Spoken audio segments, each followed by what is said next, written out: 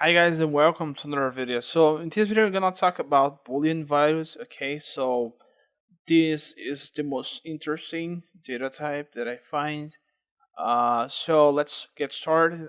First of all, I need to give you some background on computers. So computers work with two numbers, okay, zeros and ones, and sometimes we need to work with them on a high level. So in languages like Python, in languages in general, we need to make decisions, and you use Boolean values to do that. So let's just give you some example on how to use this. For example, if I wanna store or to represent some state, for example, is line, I would do something like this. Yeah, and I would, if I gonna use numbers, I could use one to be true. Okay, I'm gonna comment this. To comment, you could do this. Okay, so one is true and zero is false. Okay. Uh, yeah, I just crashed this because I didn't close the comment. So, okay, so to comment, you need to open with single quotes, three single quotes, and close with three single quotes. Okay, so that's how you comment in Python. Okay, so we have this comment.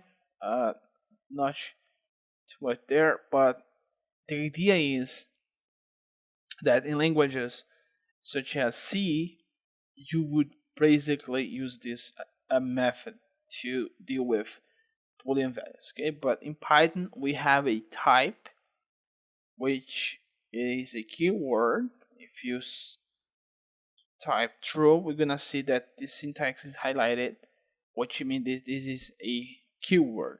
Okay, for example, like int is a data type, float is another one, string is another, but the string isn't highlighted. Actually, it's str.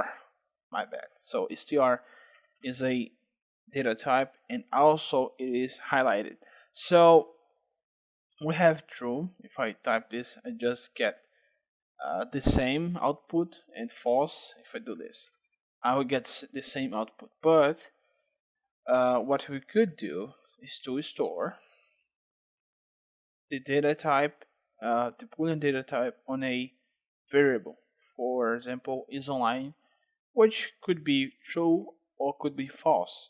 Okay, so in this case, it's going to be true, and if I call is online, I'm gonna see that it is true. So you could use this to make decision. Okay, so you could do decision making using this. So that's pretty good. Okay, and I think I have explained how to use this, and we're gonna see this when we see decision making in Python. Okay, so thanks for watching this video, and see you guys next time.